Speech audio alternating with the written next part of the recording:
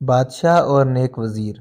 ایک دفعہ کا ذکر ہے کہ ایک ملک کا بادشاہ بہت ظالم تھا۔ ہر وقت عجیب و غریب فرمائشیں کرتا رہتا تھا۔ اس کی عوام اور خاص طور پر اس کا وزیر اس سے بہت تنگ تھا۔ وزیر ایک نیک دل اور عقل مند انسان تھا، جس کی وجہ سے ملک کے حالات کافی بہتر تھے۔ ایک دن بادشاہ کو ایک عجیب و غریب خواہش سوجی۔ اس نے اپنے وزیر کو حکم دیا کہ مجھے ایک ایسا محل بنا کر دو جس کی تعمیر اوپر سے نیچے کی طرف کی جائے، اور اگر وزیر 10 دن کے اندر یہ کام شروع نہ کر سکے تو اس کا سر قلم کر دیا جائے۔ وزیر بیچارہ بہت پریشان ہوا کہ اب کیا کرے۔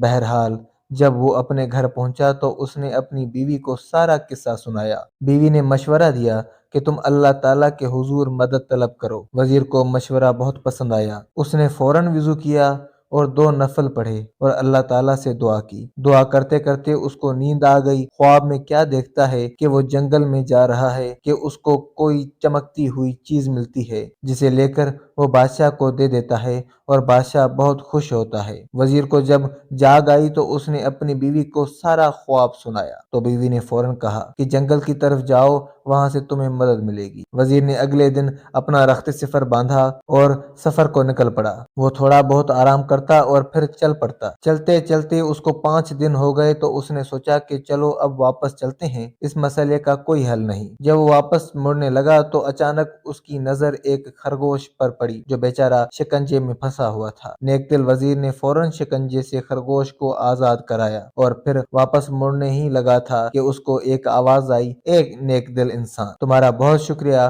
وزیر حیرت سے مڑا تو کیا دیکھتا ہے کہ ایک چھوٹا سا بونا کھڑا ہے جو بول رہا ہے۔ وزیر کے پوچھنے پر اس نے بتایا کہ اس کو ایک جادوگر نے خرگوش بنایا ہوا تھا اور شکنجہ کھولتے ہی جادوگر کا اثر زائل ہو گیا۔ وزیر نے اسے اپنی مشکل بتائی تو بونے نے اسے اپنے ساتھ چلنے کو کہا۔ چلتے چلتے وہ وزیر کو ایک غار کے پاس لے آیا اور اسے اندر جانے کو بولا۔ وزیر اندر گیا تو دیکھا کہ اندر ایک بزرگ عبادت کر رہے ہیں۔ اس نے انہیں سلام کیا اور اپنی مشکل بتائی۔ بزرگ مسکرائے اور کہا، بیٹا کوئی مسئلہ نہیں، اور ساتھ ہی وزیر کو ایک طوطا دیا کہ اس کو اپنے ساتھ لے جاؤ، یہ تمہاری مدد کرے گا۔ وزیر نے ان کا شکریہ ادا کیا اور واپس اپنے گھر چل دیا۔ اپنے گھر جا کر اس نے اپنی بیوی کو سارا ماجرا سنایا تو وہ بھی بہت خوش ہوئی۔